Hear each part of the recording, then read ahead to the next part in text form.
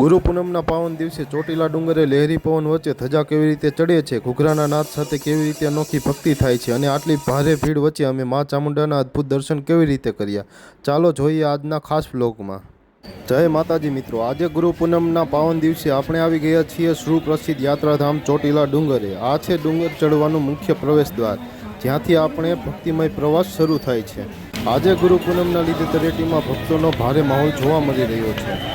તો ચાલો મારી સાથે ઉપર ડુંગર પર મા ચામુંડાના અદ્ભુત દર્શન કરવા માટે।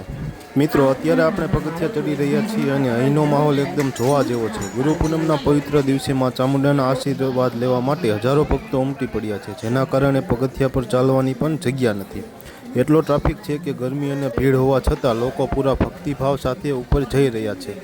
ચાલો આપણે આ ભીડની વચ્ચેથી રસ્તો કરીને ધીમે ધીમે ઉપર મુખ્ય મંદિર તરફ આગળ વધીએ। મિત્રો, ચોટીલા ડુંગર પર અત્યારે એટલી ભીડ છે કે એક એક પગથિયું ચડવામાં પણ સમય લાગી રહ્યો છે। ઉપર જવા માટે લગભગ 600થી વધુ પગથિયા છે, પણ નાના બાળકોથી લઈને વડીલો સુધી બધા જ મા ચામુંડાના દર્શનની આશાએ આગળ વધી રહ્યા છે। રસ્તામાં ભક્તો માટે છાંયડા અને પાણીની પણ સરસ વ્યવસ્થા કરવામાં આવી છે। ભીડ ભલે ગમે એટલી હોય, પણ જ્યારે મુખમાંથી જય ચામુંડાનો નાદો નીકળે છે ત્યારે બધો થાક ગાયબ થઈ જાય છે। મિત્રો, ફાઇનલી ઘણી બધી ભીડ વચ્ચેથી રસ્તો કરીને હવે આપણે મંદિરની એકદમ નજીક એટલે કે ઉપરના મુખ્ય હોલમાં પહોંચી ગયા છીએ। અહીંયા પણ તમે જોઈ શકો છો કે દર્શન કરવા માટે ભક્તોની કેટલી લાંબી લાઈન લાગેલી છે। ડુંગર ચડીને આવ્યા પછી પણ લોકોના ચહેરા પર થાક નથી। બસ હવે થોડી જ વારમાં આપણને મા ચામુંડાના અદ્ભુત દર્શન થવાના છે।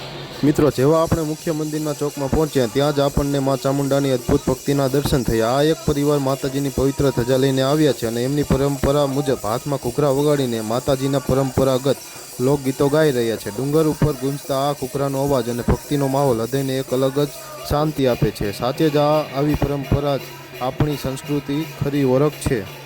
તમે જોઈ શકો છો મિત્રો, આખો પરિવાર કેટલી લાંબી અને સુંદર લાલ ચટાક ધજા લઈને આવ્યો છે। મા ચામુંડાના દરબારમાં આ રીતે ધજા ચડાવવાનું બહુ જ મોટું ધાર્મિક મહત્વ છે।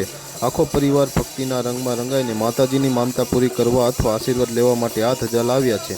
ઘૂઘરાના અવાજ સાથે આ વિશાળ ધજાને લહેરાતી જોવી છે એ ખરેખર આંખોને ધન્ય કરી દેનારો નજારો છે। ધજા જોયા પછી હવે આપણે આવ્યા દર્શન કરવા, પણ અહીં ભક્તોની ભારે ભીડ હોવાથી અમે પાછળના રસ્તેથી અંદર જવાનું નક્કી કર્યું। મિત્રો, તમે જોઈ શકો છો કે આ ભક્તો કેટલી ઊંચાઈ પર આવેલા ધજાના ખાસ સ્ટેન્ડ પર ચડીને મા ચામુંડાની ધજા ચડાવી રહ્યા છે। પવનના જોરદાર સપાટા વચ્ચે આટલી ઊંચાઈ પર ધજા બાંધવી એ બહુ મોટું સાહસ અને સાચી ભક્તિ છે। આ લાલ ચટાક ધજાને આકાશમાં લહેરાતી જોવી એ ખરેખર નસીબદાર લોકોને જ જોવા મળે છે। એકવાર કમેન્ટમાં જય ચામુંડામાં જરૂર લખજો। મિત્રો, ડુંગર ઉપર આ જગ્યાએ ભક્તો દિવાલ પર સિક્કા લગાવી રહ્યા છે। જો સિક્કો દિવાલ પર સ્થિર રહી જાય તો મા ચામુંડા ભક્તોની મનોકામના ચોક્કસ પૂરી કરે છે તેવી લોકવાયકા છે। મેં પણ અહીં પ્રયત્ન કર્યો। તમે ક્યારેય ચોટીલા આવીને દિવાલ પર સિક્કો લગાવ્યો છે? કોમેન્ટમાં જરૂર જણાવજો। મિત્રો, ફાઇનલી હવે આપણે આવી ગયા છીએ મુખ્ય મંદિરની અંદર। તમે જોઈ શકો છો કે ગુરુ પૂર્ણિમાના પાવન દિવસે મા ચામુંડાના દરબારમાં ભક્તોનું કેટલું મોટું ઘોડાપુર ઉમટ્યું છે।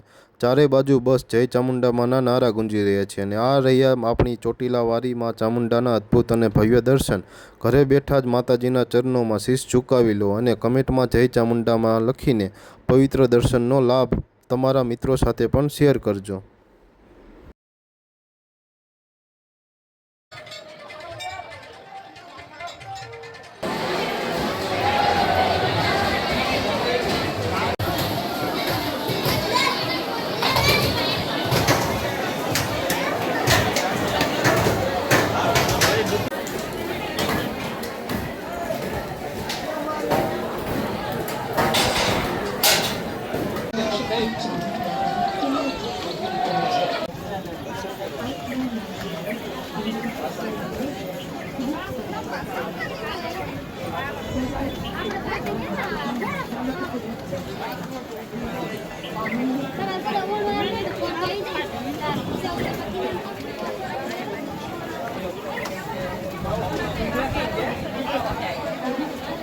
આપના ખિસ્સા, પાકીટ અને કિંમતી સામાનને સંભાળીને રાખશો।